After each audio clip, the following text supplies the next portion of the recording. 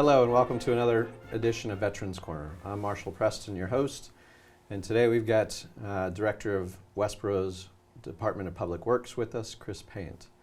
The Veterans Corner is graciously produced by our friends at Westborough Television and is sponsored by the Westborough Veterans Advisory Board.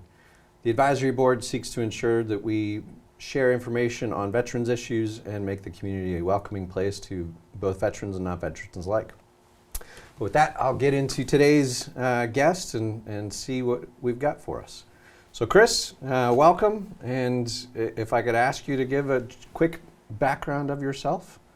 Well, first off, thanks for inviting me, and I'm happy to talk to you today. So my family and I have been in Westborough about 4 years, and prior to that I served in the Army.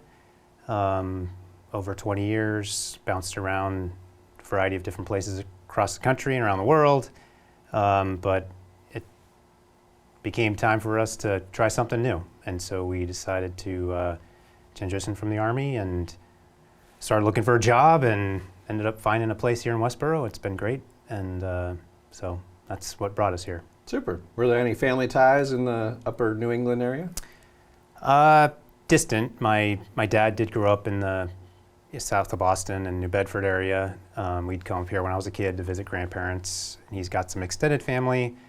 So yes, a little bit, but nothing that's immediate.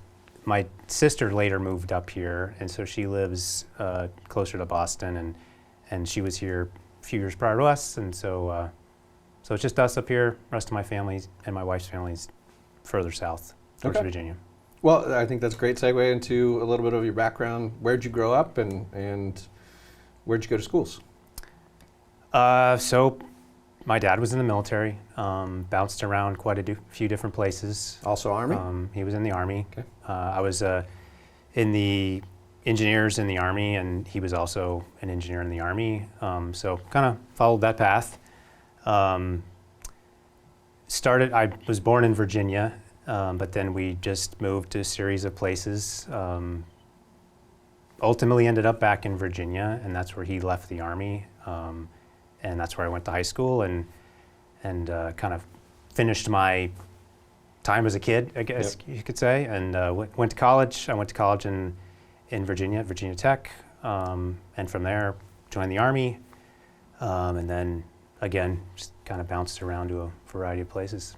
Were you part of the Corps of Cadets of Virginia Tech? I was. So similar to the Virginia Military Institute or Texas A&M or Norwich, Citadel. Virginia Tech has a Corps of Cadets, and so part of being in the ROTC program there is to be in that Corps of Cadets. That's what I did.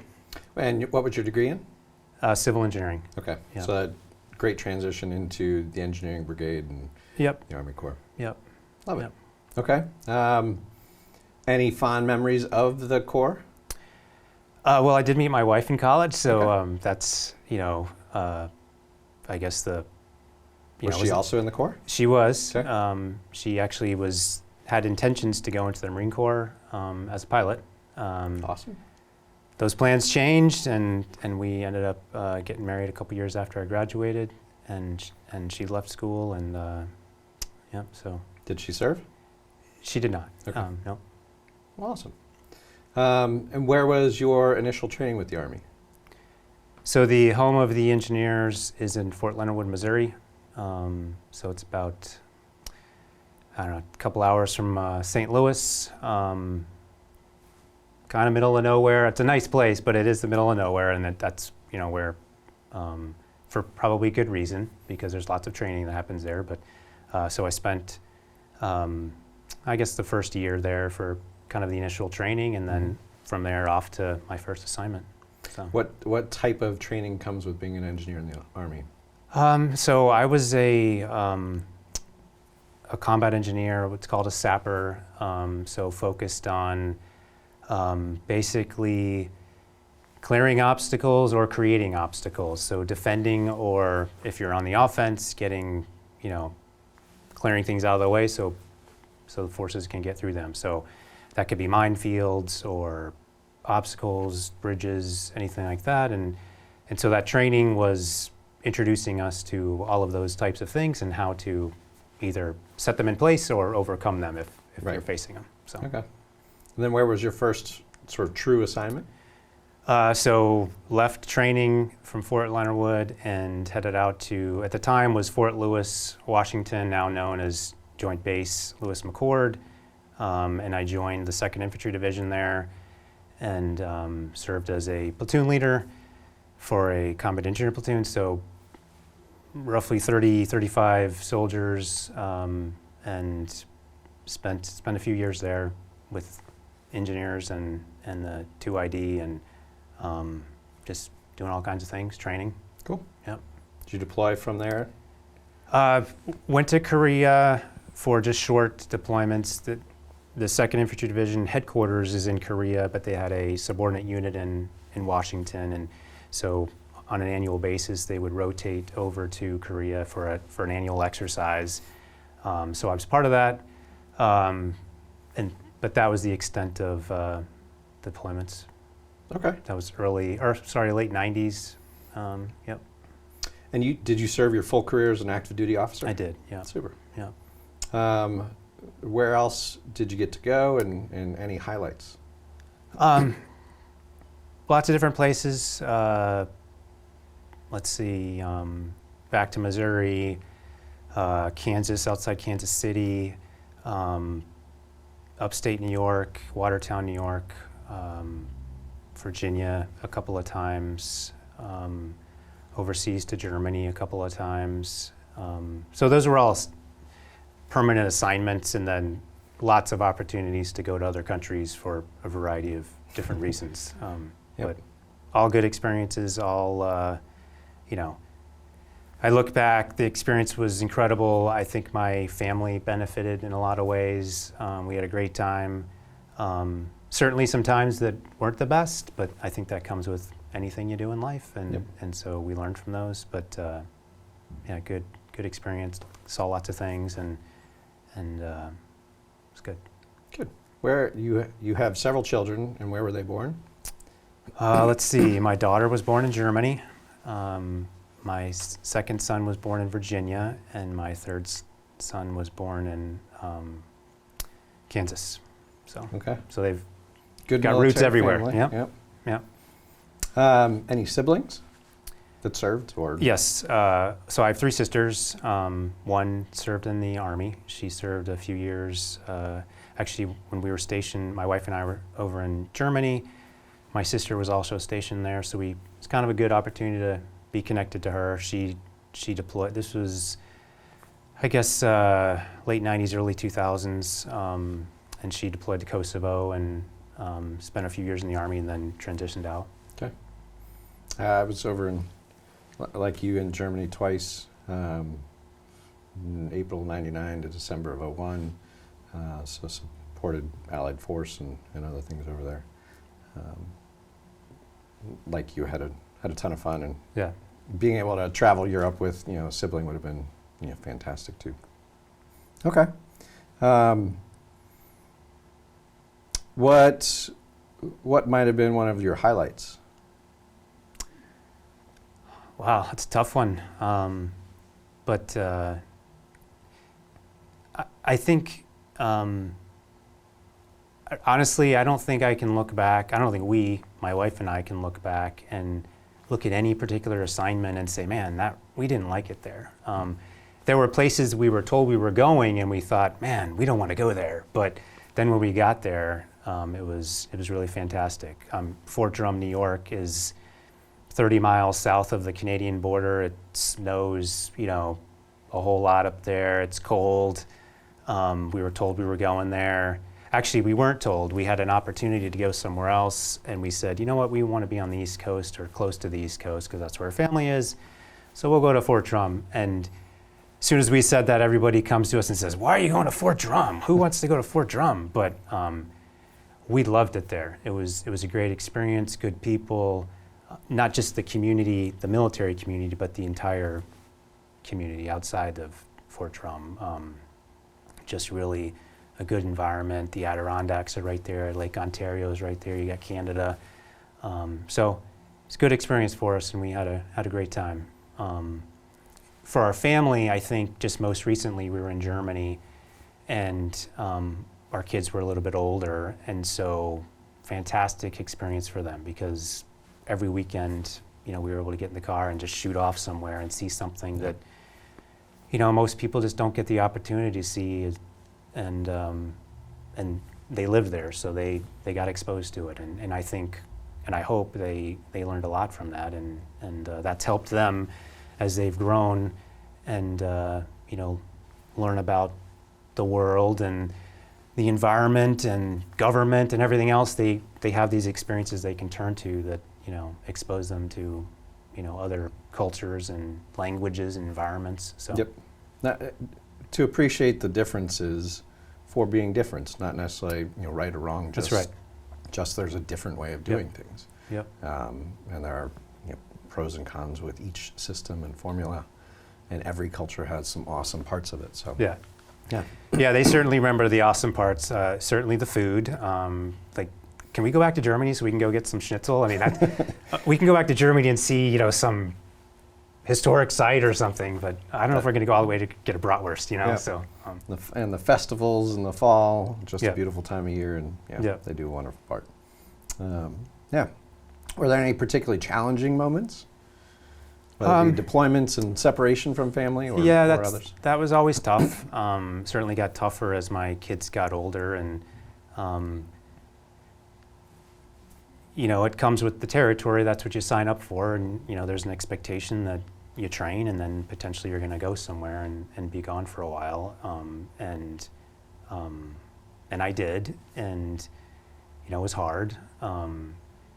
I think often now it was probably harder on my family than it was really on me. I went and I had a job to do, and it was, typically very intense and, kind of 24/7 you're on and you're doing something. And so the time didn't necessarily go by as fast as you want it to, but it did pass. Whereas Yes. your family is, at home, and, they're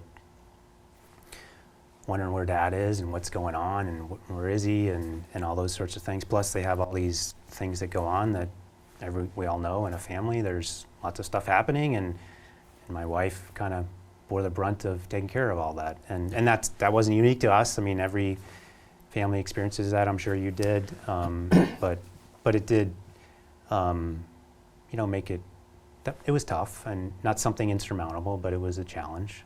I absolutely agree that the military families often don't get as much credit as they deserve. My oldest daughter sort of somewhat teases me in that almost every big negative event in her life happened while I was deployed. Broken arm and appendix. So she had burst her appendix when my wife was 9 months pregnant with our third child. So trying to wake the other middle child and bring the sick one down the stairs, 9 months pregnant at 4 o'clock in the morning to head off to the ER. Yeah. That was the deployment where I think Katie broke the most and was like, all right, I'm ready for you to come home. Yeah. She probably still reminds you of that today. And I got a month to go. I am coming as fast as I can. It was interesting.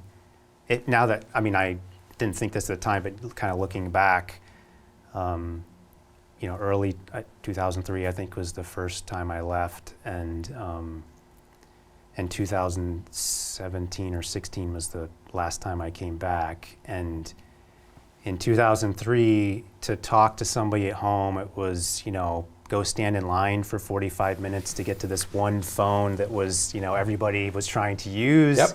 15-minute phone calls, the AT&T calling cards. That's right, Yep. And then 2016, everybody's got an iPhone or some sort of phone, and there's satellite communication. Like, it's almost instantaneous if you've got the some sort of connection, which in many places it was there. Even if it was intermittent, it was there at some point, and you could FaceTime or whatever. Which that doesn't replace being with somebody, but certainly is a lot different than a 15-minute phone call, once a week or whatever, or even a handwritten letter. Like you, I take it back to sort of the World War II, guys that got a letter, every 6 months, and Yeah. it was delayed by Right. 2 or 3 months. So, Right. yeah, Yeah. like you, I'm grateful for just the amount of progress that we saw in our careers. But you reflect back and go, don't take it for granted. 'Cause it's pretty important.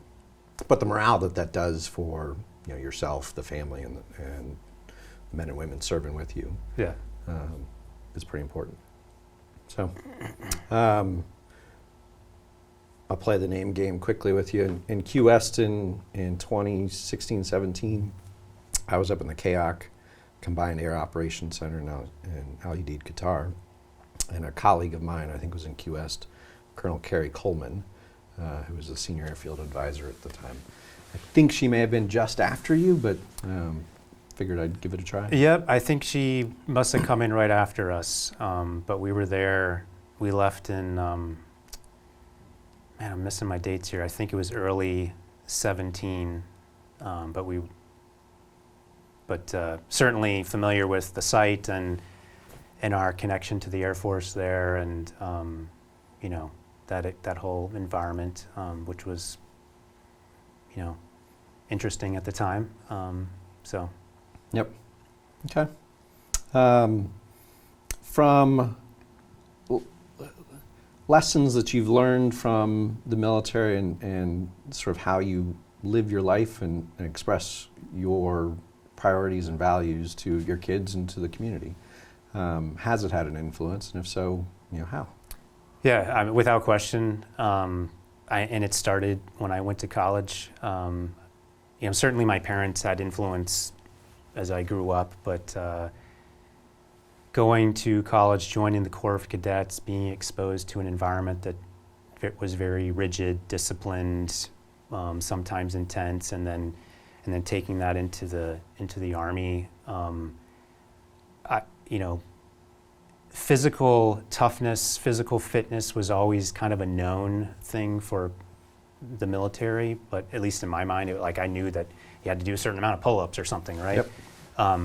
But the mental fitness, the mental toughness was something that I think I wasn't necessarily ever thinking about, but then it certainly early on became very evident to me that, this thing up here has to be just as tough as, these biceps or whatever, right? So, and I think it's two-pronged. It's both the profession of arms, understanding your role in where you fit and your specific mission, how it ties in. But I also think it's the resilience factor and then the leadership factor. But let me kick it back to you. No, absolutely. That word resilience, unfortunately, it probably has been overused more recently. But I think it's a great word. You don't get tougher unless you do tough things, and I'm not saying everybody has to go jump in a big, ice pool or something and prove how long they can stay in there, but you do, by being exposed to tough experiences, you learn from that, and I hope that my kids, see that, not just through anything I've done, but they were exposed to a lot of different people, many heroes, and people that served their country very well, but went through tough experiences, and so, and they came out on the other end, being better and learning from that. And we see it now. I don't, there's a society thing regarding suicide and PTSD, but certainly in the military, there's some challenges we have, and I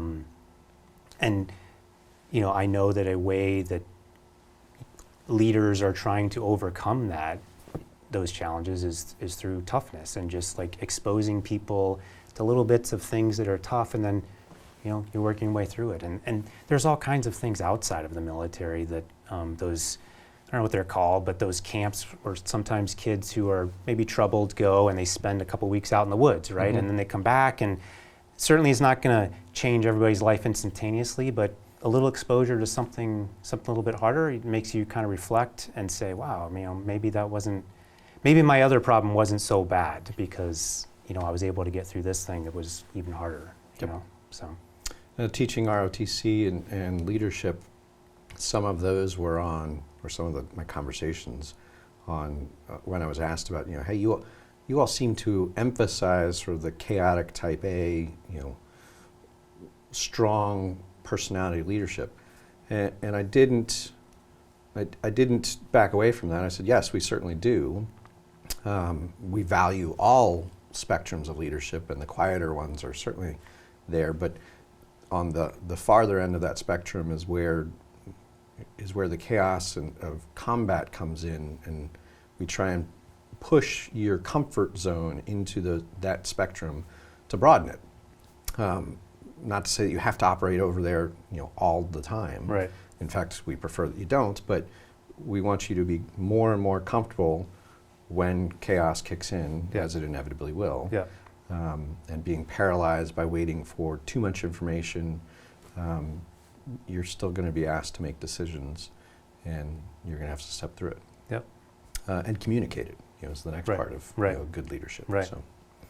So, okay. Using that as a jumping point, so tell us a little bit about the Department of Public Works, how many folks you've got, and a little bit of how you've chosen to organize and communicate with your team. Well, I'll just start with the communication. When I first showed up to my first unit, 20 some years ago, and walked into my commander's office, it was like 6:30 in the morning on a Monday, and there's all this chaos around the headquarters, and people are getting weapons and packing bags because they were getting ready to go to the field for a training exercise. And I was like, what's going on here? And I walk into his office and meet him, and I'm sure he said a bunch of things, but the only thing I ever remember is he said, when in charge, take charge, do the right thing, and make it happen. And that's been like right here for 20 some years, and I carried that leader philosophy with me until today. And I've spoken to him about that because I stole it from him basically, and I said I'm going to steal that because I use that for myself, and I communicate that to the people I work with to let them know who I am, right? And there's a whole bunch of detail to that, but those are kind of the three big bullets. So when I showed up here and introduced myself to the Department of Public Works, that's what I said. And I mean, not like that, but I said it in some way, and every new employee we have that comes on board hears that from me. And not because it's some brilliant saying or anything, but because I want you to know who I am and what I think, and this is where I stand, right? And so you understand expectations, right? And that was, came in, like that was instilled in me 20 some years ago, right? And still happens today. Like I still think that way. So the department, we have we have 49 people, and we take care of the town infrastructure. Fantastic people. When I was getting ready to leave the military, the thing that everybody told me, and you probably heard it too, was, in the military you've got this camaraderie and team building, and everybody's together, and when you go out in the civilian world, nobody does that. Everybody's kind of doing their own thing, and so I expected that to be the case. And I showed up here, and I joined this team with the DPW, and I was totally wrong. Like, it's a fantastic team with great people that have served this town for a really long time, many of them, and so I was, I didn't experience what others had told me I would, which was this, civilian worlds, everybody's about themselves or whatever. And that, absolutely not true. I mean, we have a great team here, and I remember my first days here and just kind of, don't get me wrong, everybody was kind of looking at me, who's this guy, what's he gonna do? They're just like anybody would. Yep. They're kind of figuring you out, but it wasn't, standoffish necessarily. It was just, who are you, and what are you gonna do? How are you gonna fit in? Yeah, right. No, and let me give a shout out to the DPW and your team, because from all of my experiences, and particularly through the veterans, we've called on them for support with the Hometown Heroes, the Veterans Day, set up teardown, the flag ceremony, and every time they have delivered, selflessly, and it's always sort of, the quiet service. They just get it done. but as a guy that's helped support the logistics and the quieter side, it's happening in weird off hours and when the traffic flow around town isn't going to happen. So that means an early morning or a late afternoon or an early evening. So my thanks to all of the DPW team, and kudos to them for being so proud of their service in the town. It matters, and we notice. So thanks. Several veterans in the DPW too, which is great. Yeah. From the veteran side, are there nuances that you pick up, sort of as we walk by each other in town? Can you pick us out? I think some people think that we all, have some magic decoder rings or have the shared haircuts or other things. Yeah, I don't know. I think there's situations where you can, walking down the street, don't know that you're really going to be able to pick people out, but certainly in a smaller environment where it's, you've got the opportunity to kind of really get a little bit connected with somebody. I think, you can kind of see it. I don't know what the right word is, but you can just, that guy's probably been in the military or have some affiliation, with the military. So. Yeah, forgive me. It wasn't an unintended. It's not a trap, but I agree that there are probably little tells or little values and hints along conversations. But you're right that you got to get to have that conversation or exposure with somebody. The flip side is, of course, that we are a reflection of our society. So we're everything. All stripes, brands, religions, creeds, nationalities have served and participated. So it's too simplistic to paint us all with one brush. Yeah. But I would like to believe that the sort of code of ethics and the values and the call to serve and sort of notion of the Constitution, is probably what you would find is most common. So. Yeah,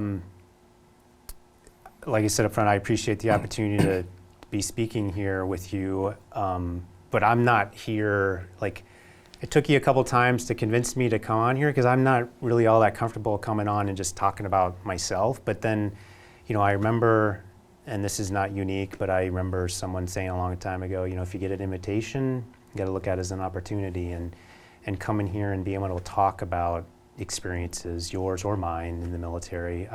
There's plenty of people out there that, potentially younger people who are not sure what they're going to do when they grow up. And I had a fantastic experience, and I know many people do. And it's not all perfect, but I just want people to know it's an option. It's an opportunity. It's an option, right? It may not be what you end up doing, but you can hear from people, and I'm sure that's why part of why this Veterans Corner program is there, because it's just communicating, information about what people's affiliations are with the military and some of their experiences. So you couldn't have said it better. That is one of the missions of this, is to share stories, not in a preaching manner, but just to share, to find those connective tissues and to break down a little bit of the stereotypes or the Hollywoodisms of it. There's some great films that represent well, and then there's some others that don't quite tell the full story. And again, we're way too big, too many of us to be all the same. So it's important to engage the veterans and hear from each of them their own particular stories. Yeah. So thank you for sharing yours and your time with us today, and thank you for continuing to serve in the DPW capacity. It's been a fun conversation and a fun early friendship. I'm looking forward to continuing it.